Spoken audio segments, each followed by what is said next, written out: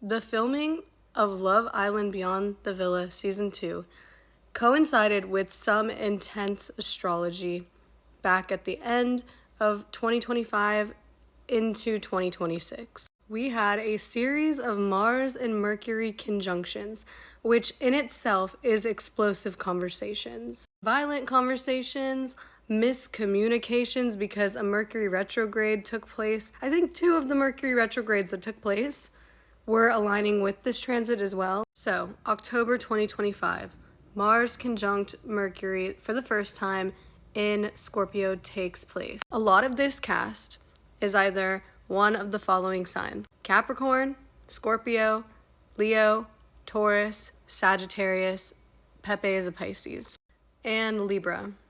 Iris is a Libra. But this first one is in Scorpio.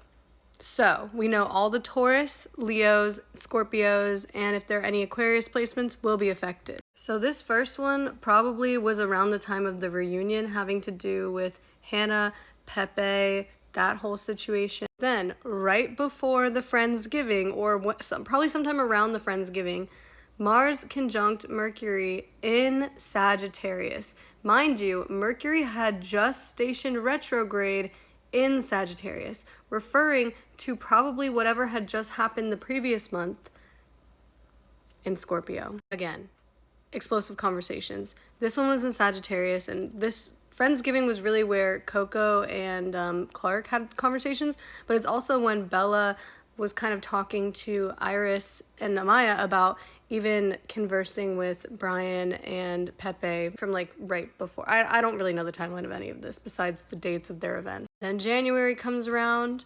There is a new moon in Capricorn and a Mars conjunct Mercury.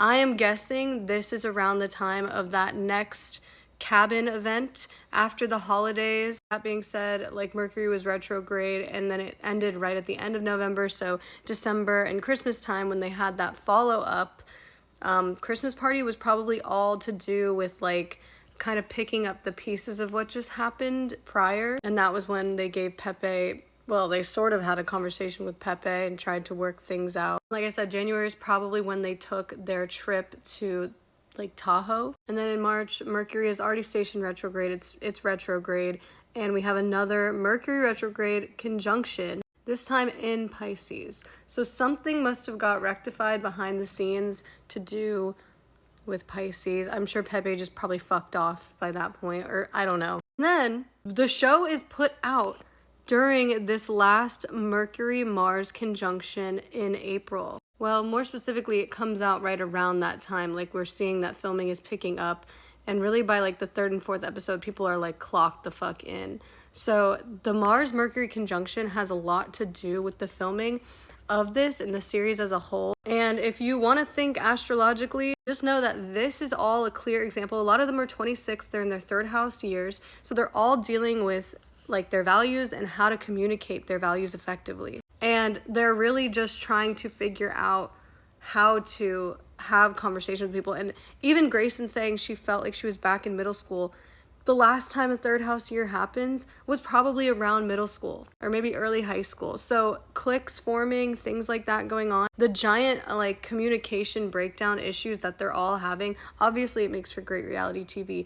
But as an astrologer, I'm like, oh my God, these are like some of the most explosive conversations, and people really just not being willing to see eye to eye. And you see how people's attachment styles are coming through. And the moon is exalted in the 3rd house. So a lot of times I really think people's communication styles and their attachment styles go strongly hand in hand. So it is very interesting. Like, I've been watching this play out and being like, oh my God, this all took place during these Mercury-Mars conjunctions. Like, insane. This is insane. This transit occurred 5 times. That is so significant for something that technically should only happen once, maybe twice a year. Anyways, you know, that's my tea. That's literally my tea.